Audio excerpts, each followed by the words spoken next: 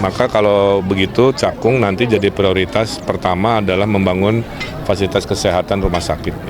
Ya, membangun Jakarta itu idenya kan selalu sebagian dari gubernur, sebagian dari masyarakat. Di sini masyarakatnya ada tokoh-tokohnya, diwakili oleh Bang Acep Edi, menyatakan sebuah fakta yang menjadi aspirasi bahwa di kecamatan salah satu terbesar se-Jakarta ternyata belum ada rumah sakit, ya, sehingga ada kerepotan dengan jarak dan pelayanan. Saya kira tujuan saya jadi gubernur adalah membereskan apa yang menjadi kekhawatiran warganya. Maka kalau begitu Cakung nanti jadi prioritas pertama adalah membangun fasilitas kesehatan rumah sakit. Yang kedua, aspirasi-aspirasi dari Pak RT tentang KJP yang datanya mungkin harus diupdate, ya, karena banyak yang dapat, banyak juga yang belum padahal sesuai dengan kriterianya. Yang ketiga tadi masalah pekerjaan, curhatan Gen Z, ya, tentang adanya magang tapi tidak begitu mudah dalam realitanya. Nah, jadi hal-hal tersebut akan nempel di kepala saya sehingga suatu saat kalau kita sudah terpilih, saya balik lagi ke Cakung tentu memberikan jawaban-jawaban terhadap keinginan dari warganya. Memang begitu seharusnya dalam konsep membangun. Saya kira itu, ya. Pak tadi juga dapat aspirasi soal zonasi nih, Pak. Ya, sekolah, ya. Nanti kita cari tanahnya, tapi sebenarnya saya punya gagasan, kalau tanahnya betul-betul nggak ada, itu SMP-nya bisa direnovasi menjadi SMP dan SMA. Kalau swasta bisa, kenapa negeri nggak bisa? Paham, ya? Nah, kan swasta juga begitu, kadang-kadang swasta tuh SD-nya di situ, SMP-nya lantai berapa, SMA-nya lantai berapa, kan? Sementara negeri rata-rata kan beda-beda lokasi. Kalau lokasinya jauh dan susah, nanti gagasan inovasi SMP SMA dalam satu lokasi bisa kita jadikan satu solusi kalau tanahnya nggak ada. Kang mau tanya, tadi sempat singgung soal mau ningkatin pariwisata biar ngebuka lapangan pekerjaan, kan? Betul. Termasuk salah satunya beberapa di antaranya yang tadi disebut sama Kang Emil itu di Jakarta Utara dan juga di Jakarta Timur. Kalau yang di Jakarta Timur ngelihat potensi wisatanya apa sih? Banyak, ya, menurut saya. Ada danau, ada area-area namanya Blue Space, ya, Blue Space. BKT itu kalau boleh nanti BKT jadi tempat pariwisata yang, ya, dengan sentuhan saya nanti mungkin jauh lebih banyak variasi-variasinya. Jadi tidak hanya sungai itu hanya ngalirin air, tapi dia jadi ruang sosial, ya. Ruang-ruang terbuka hijau juga jangan hanya jadi ekosistem hijau, tapi jadi ruang sosial. Itu nanti salah satu inovasi Ridho adalah memperbanyak ruang-ruang publik dan nanti ada aktivitas ekonominya. Tambah ada pasar malam, kan, dan lain-lain. Jadi timur rame, barat rame, utara juga rame.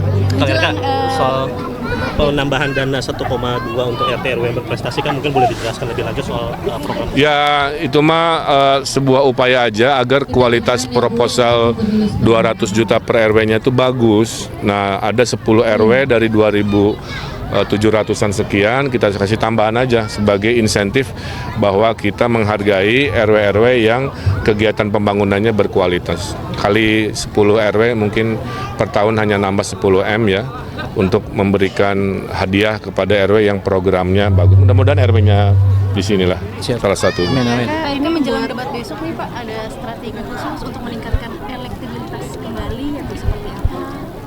Ya kan sempat turun kemarin di 2 survei, kan, mungkin. Turun di 2 survei yang mana? Yang LSI sama Poltreking. Poltreking kan naik. Oh, naik, ya, Kang, ya? Iya, berarti belum update. Target di debat kemarin. Saya sampaikan begini, ini berkali-kali ditanyakan terus, ya. Mau surveinya nggak bagus, jawabannya saya kerja keras, meningkatkan belusukan dan lain-lain.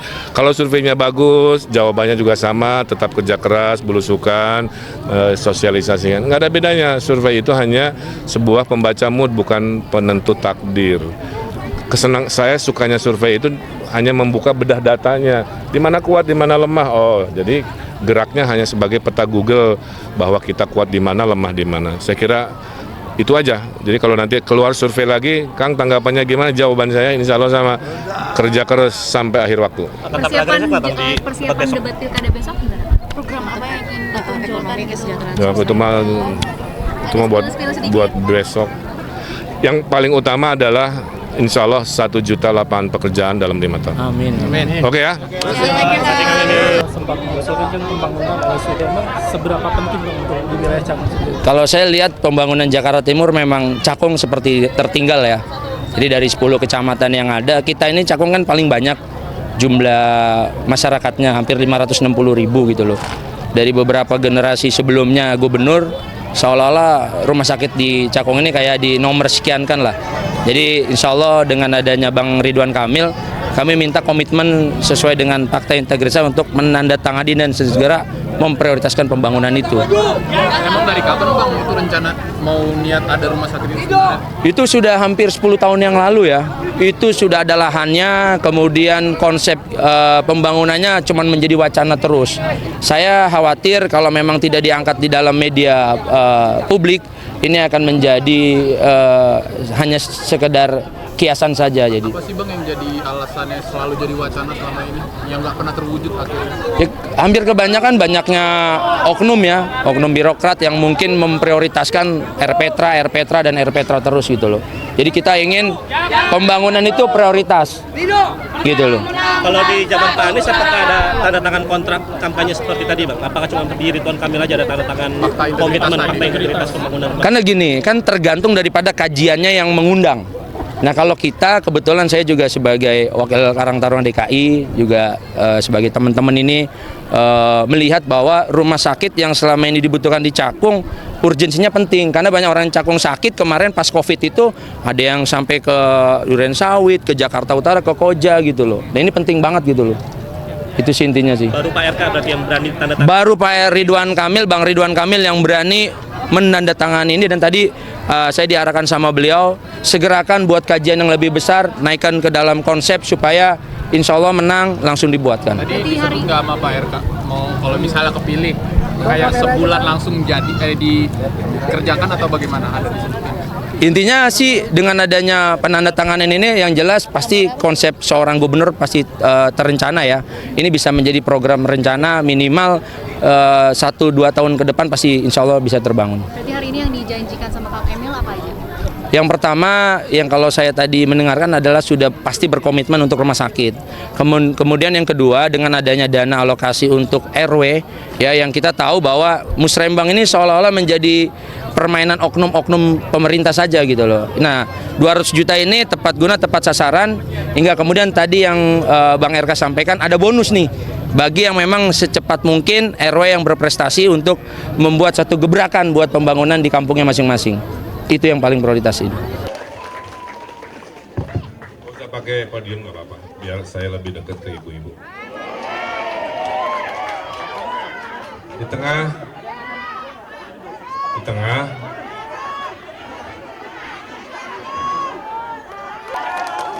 Ya, assalamualaikum warahmatullahi wabarakatuh. Ini mohon maaf anak-anaknya agak kesana dikit, nanti ada Panwaslu nanti salah sangka ya, maaf. Warahmatullahi wabarakatuh. Daun salam daun talas, makan kentang makan nenas. Yang barusan jawab salam dengan keras, saya doakan hutangnya lunas. Amin. Yang teriak korban pinjol banyak kayaknya ya. Dari Gambir pergi ke Sukabumi untuk silaturahmi. Bapak Ibu, saya kenalan dulu ya, karena tak kenal maka tak sayang. Jadi setengahnya kenalan dulu Pak Edi, setengahnya nanti tentang respon dan programnya. Pak Cep mimpin. Jadi nanti Bapak Ibu tolong aja dinilai ya. Yang pertama adalah memimpin itu niatnya harus ibadah.